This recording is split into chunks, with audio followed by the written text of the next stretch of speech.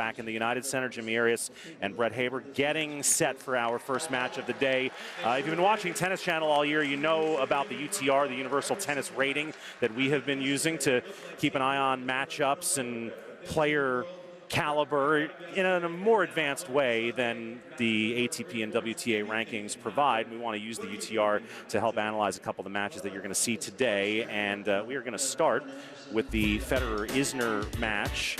Roger obviously is number 2 in the rankings. John is number 10. Do we get any more clarity from the UTR? Well, and obviously Roger on the UTR a little bit higher than John Isner, but the one thing that you have to take into account is, and I don't know how many UTR points this accounts for, the crowd.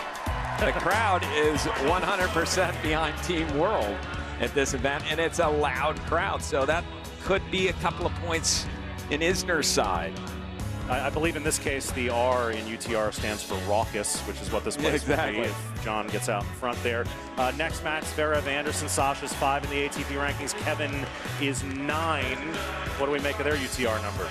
And again, Team Europe with the advantage, at least according to UTR. But Kevin Anderson, I don't know if that win against Djokovic counted towards his UTR. I'm not sure that goes in there. And if it did, his number would go up a little bit. All right, so 6-6 against 6-8 in that matchup. Some other numbers you should probably bear in mind. Last match would be Djokovic and Kyrgios. Novak is up to number 3 in the ATP rankings after winning the U.S. Open.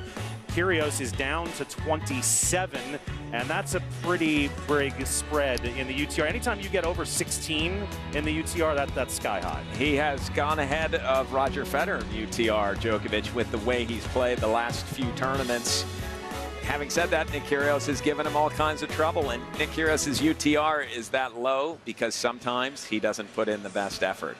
If he did, that UTR would be a lot closer than what it looked. Yeah, bear in mind, it also accounts for margin of victory, so when Nick loses interest occasionally, that hurts his UTR. Let's take a look at what players and other folks are doing on social media on this Sunday.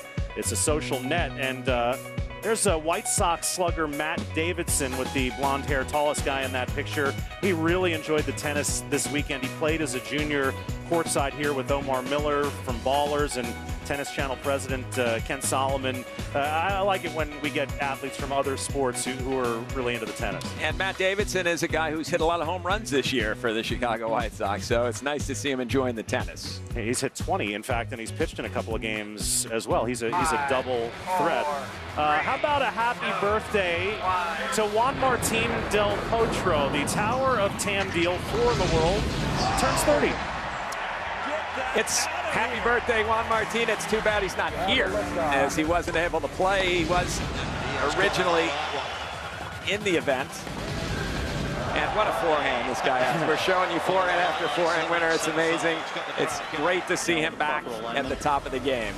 Francis Tiafoe replaced Juan Martín when he had to withdraw from the event. So with Del Potro turning 30, our John Wertheim has noted that you now have to go all the way down to number 5 in the rankings before you get to a guy in his 20s. For years now we've been saying that 30 is the new 20, and here's your proof. And pretty much all the Grand Slam champions are all over 30 now. The last 29 is Marin Cilic, and he's going to be 30 as well. I see what you did there. That's a perfect segue to this data that we have for you, which is that Marin Cilic is going to turn 30 next Friday. So when that happens, all the active Grand Slam winners, and there are only 7 of them right now on the men's side, accounting for 59 Grand Slam titles, will be 30 or older. So happy birthday to Delpo, happy early birthday to Marin Cilic. Team Europe is in the hallway getting ready to go. There's Captain Borg, and there's Associate Captain Thomas Enqvist. We like the way they do these theatrics here right before the guys take the stage.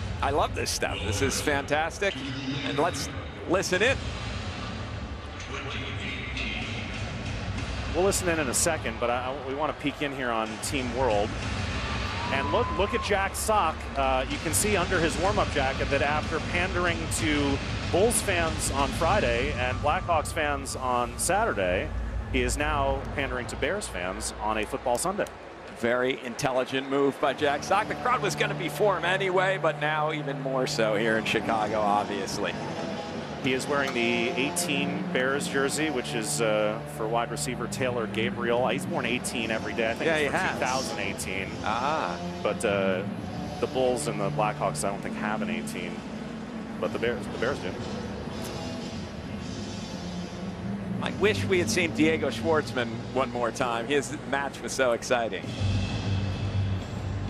All right, let's go down courtside, listen to the introductions from Andrew Krasner. Grand Slam champion and the captain from Team Europe.